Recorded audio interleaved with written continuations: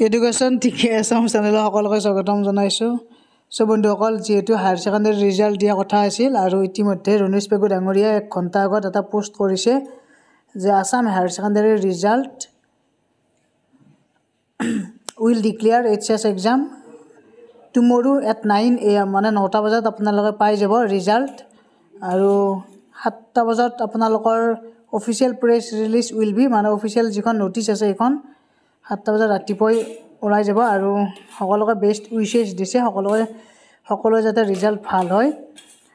গতিকে এইটো official news হয়, কাৰণ ৰণুজ পেগু ডাঙৰীয়াৰ যিটো টুইটাৰ আছে, একাউণ্ট আছে, সেই টুইটাৰ একাউণ্টত গৈ কিনে আপোনালোকে চাব পাৰিব আছাম হায়াৰ ছেকেণ্ডাৰী ৰিজাল্টৰ আপডেট দিছে তেখেতে।